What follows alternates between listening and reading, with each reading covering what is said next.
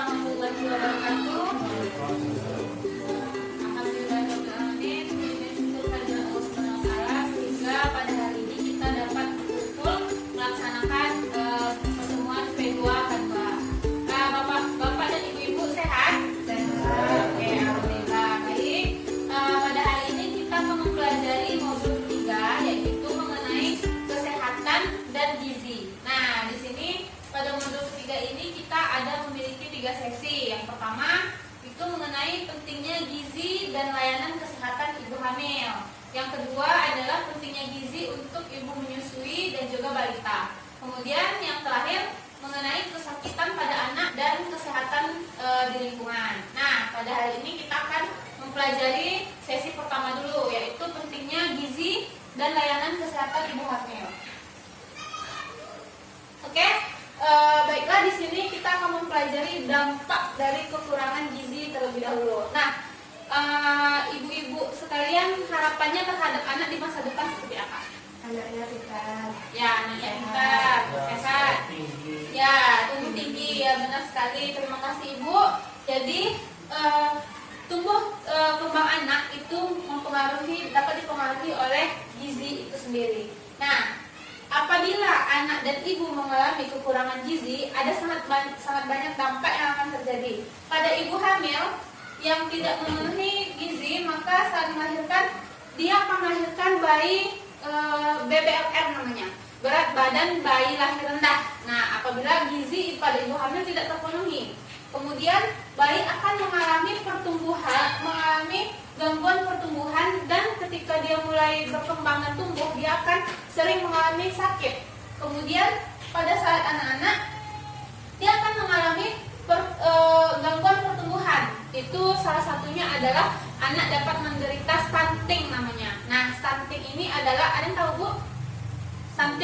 Stunting ini adalah anak tumbuh tingginya itu rendah. Jadi dia tingginya tidak sama dengan teman-teman yang seumurannya gitu. Misalnya anak-anaknya tinggi 125 nih seumuran dia, cuman dia tingginya cuma 100 cm seperti itu. Jadi dia tumbuh kembangnya itu tidak sama dengan teman-teman lainnya, atau dia pendek. Kemudian pada saat dia remaja, dia akan mengalami kesulitan dalam belajar.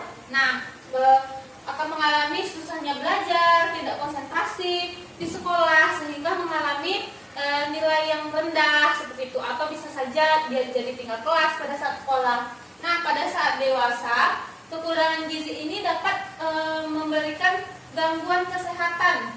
Pada saat pendidikannya rendah tadi, dia akan mengalami sulit untuk berinteraksi dengan orang lain. Kemudian dia jadi sulit untuk mendapatkan pekerjaan karena selalu sakit atau banyak memiliki gangguan kesehatan. Itu untuk dampak kekurangan gizi. Nah, pada ibu hamil ini kita memiliki betapa pentingnya 1000 hari pertama kehidupan. Nah, ada yang tahu Bu 1000 hari pertama kehidupan itu kapan? Ada yang tahu? Nggak tahu ya? Nah, jadi 1000 hari pertama kehidupan ini adalah pada saat anak di dalam kandungan ibu selama berapa lama Bu? 9 bulan. 9 bulan ya Bu ya, hamil, jangan lupa. Jadi kehamilan selama hamil selama 9 bulan sampai anak lahir berumur 2 tahun. Itu adalah namanya 1000 hari pertama kehidupan. Nah, di saat ini, saat ibu hamil, ibu melahirkan bayi sampai anak umur 2 tahun, itu sangat rentan sekali, baik pertumbuhannya, gizinya. Jadi selama 1000 hari itu kita harus memenuhi segala macam nutrisi anak, supaya anak dapat tumbuh kembang dengan baik. Nah, salah satu gizi yang harus kita penuhi pada anak dan ibu hamil, yaitu bisa kita lihat pada saat ini program pemerintah mengenai judulnya Isi Piringku. Nah, isi piring itu yang ibu-ibu konsumsi, makan itu harus memenuhi, ada lauk pauk, ada buah-buahan, ada sayuran, dan juga makanan pokok. Makanan pokoknya yaitu apa makanan pokok kita Bu? Mengandung Karbohidrat. benar sekali. Karbohidrat ada nasi, kentang, apa lagi Bu? Ubi dan lain-lain. Itu untuk memenuhi nutrisi. Kemudian selain memenuhi nutrisi, ibu hamil juga harus minum air putih ya Bu ya, minum air putih 8 sampai 12 gelas setiap hari. Kemudian aktivitas fisik jangan terlalu terforsir dan jangan lupa untuk selalu mencuci tangan menggunakan sabun. Itu namanya CTPS, cuci tangan pakai sabun.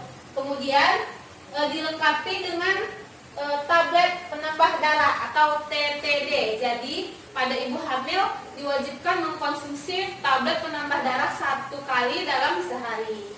Nah, untuk ibu hamil kapan nih pemeriksaan kehamilan? Mana tahu ada yang ibu-ibunya udah lupa berapa kali ya periksa kehamilan, kapan ya rasanya. Nah, di sini kita ingatkan lagi, minimal itu memeriksakan kehamilan itu menurut pemerintah adalah 4 kali selama masa kehamilan minimal. Namun apabila lebih sering itu menjadi lebih baik, benar.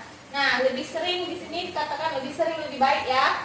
Untuk 1 kali untuk pemeriksaan pertama yaitu 1 kali pada usia kandungan sebelum 3 bulan. Nah, pada saat kehamilan ini kan ada berapa semester Bu? 3 ya. Jadi trimester pertama yaitu 1 kali pada trimester pertama. Kemudian pada usia kandungan 4 sampai 6 bulan itu trimester keberapa Bu? 2. Jadi minimal di trimester kedua itu 1 kali. Nah, pada trimester ketiga itu 7 sampai 9 bulan itu minimal 2 kali. Jadi berapa kali Bu? 4. Yang 4 kali minimal dalam selama masa kehamilan. Oke? Nah, apa aja nih pada saat kehamilan itu kan ada resiko kehamilan. Nah, di sini dijelaskan resiko yang tinggi itu pada saat kehamilan dan melahirkan itu seperti apa. Nah, di sini resikonya ada 4 terlalu dan 3 terlambat. Nah, maksudnya adalah di sini 4 terlalu yang memiliki risiko tinggi pada ibu hamil. Yang pertama, terlalu muda. Nah, terlalu muda ini beresiko juga Bu untuk kehamilan. Nah, terlalu muda ini maksudnya adalah usia ibu yang hamil itu kurang dari 20 tahun. Jadi itu memiliki resiko yang tinggi pada ibu hamil jika umurnya kurang dari 20 tahun. Kemudian yang kedua adalah setelah terlalu muda, terlalu apa Bu? Terlalu tua. Nah, terlalu tua ini disebabkan apabila usia ibu hamil lebih dari 35 tahun. Nah, ini menjadi resiko juga kalau ibunya lebih dari 35 tahun. Kemudian terlalu dekat jarak kehamilan. Nah, misalnya nih hamil anak pertama, anaknya masih sekitar umur 4 bulan, ibunya udah hamil lagi kan. Nah, itu juga memiliki resiko yang tinggi. Jadi apabila jaraknya antara kehamilan satu dengan yang satunya lagi kurang dari 2 tahun, itu juga memiliki resiko. Yang keempat adalah terlalu banyak anak. Jadi ibu pernah melahirkan selama 4 kali lebih. Jadi itu juga masuk ke dalam kategori resiko. Yang ketiga adalah terlambat. Nah, terlambat ini yaitu terlambat mengetahui adanya masalah. Jadi ibu-ibu kalau misalnya lagi hamil seperti ada permasalahan sakit perut misalnya atau ada pendarahan, jadi harus nih segera ke fasilitas kesehatan secepatnya agar tidak terlambat. Kemudian nih yang kedua adalah terlambat tiba di fasilitas kesehatan. Jangan sampai wah nanti aja deh, udah biar aja nggak apa-apa. Jangan sampai seperti itu. Kemudian jangan sampai terlambat ditolong oleh tenaga kesehatan. Tenaga kesehatan siapa saja Bu? Dan Ya, ada bidan, dokter, perawat, benar sekali. Kemudian apa aja nih layanan kesehatan bagi ibu hamil? Nah, di sini apabila kita pergi ke pelayanan kesehatan, kita akan mendapatkan 10 layanan pemeriksaan kehamilan. Yang pertama adalah pengukuran tinggi dan berat badan. Jadi apabila kita melakukan pengukuran tinggi dan berat badan, dokter atau bidannya tahu ini kategori sehat atau tidak, seperti itu. Nah, kemudian tekanan darah. Nah, tekanan darah harus diperiksa karena apabila 140, maka itu masuk ke dalam kategori darah tinggi. Jadi sangat berbahaya ketika hamil tensinya tinggi, karena itu harus diperiksa. Kemudian lingkar lengan atas, tinggi rahim, kemudian penentuan letak janin. Jadi untuk mengetahui letak janin harus diperiksa untuk menentukan bisa operasi, bisa lahiran normal atau memerlukan penanganan operasi. Kemudian imunisasi tetanus, pemberian tablet tambah darah seperti sudah saya jelaskan, tes laboratorium misalnya untuk memeriksa ibu mengalami diabetes atau tidak. Kemudian penjelasan dari bidan serta pengobatan apabila dilakukan tindakan pengobatan. Nah, kita dapat menanyakan kepada fasilitas kesehatan perkiraan lahir, kemudian bisa mengikuti kelas ibu hamil itu yang diadakan oleh pemerintah. Kemudian pemeriksaan kesehatan setelah melahirkan itu ada selama 3 hari. Yang pertama 6 jam sampai 3 hari setelah melahirkan, itu pemeriksaan di awal. Kemudian pemeriksaan kedua hari ke-4 sampai ke-28 setelah melahirkan, dan ketiga 29 sampai 42 setelah melahirkan. Kemudian gizi ibu hamil di sini yang pertama, pada saat ibu sudah pertama kali melahirkan itu anak harus segera mungkin melakukan inisiasi menyusui dini. Jadi begitu anak lahir, anak langsung diletakkan di perut ibu, dan anak akan berinsting sendiri bu untuk menyusui. Dia akan mencari jalan menyusuinya sendiri. Itu adalah IMD, inisiasi menyusui dini, sesegera mungkin. Nah, kemudian kolostrum harus diberikan karena mengandung zat kekebalan tubuh, langsung diberikan pada bayi sejak anak. Kolostrum ini adalah ASI pertama yang dihasilkan oleh ibu. Jadi ada ASI kan bu yang berwarna kuning yang pertama, biasanya orang-orang pada dibuang. Jadi itu sangat tinggi kayak akan vitaminnya. Jadi jangan ada dibuang ya bu ya. Itu sangat penting untuk bayi baru lahir. Kemudian berikan ASI saja hanya sampai umur berapa bu? 6 bulan. 6 bulan. Jadi ya ASI saja, itu ASI eksklusif namanya. ASI eksklusif 0 sejak dia lahir 0 sampai 6 bulan. Nah, setelah dari 6 bulan baru anak dikasih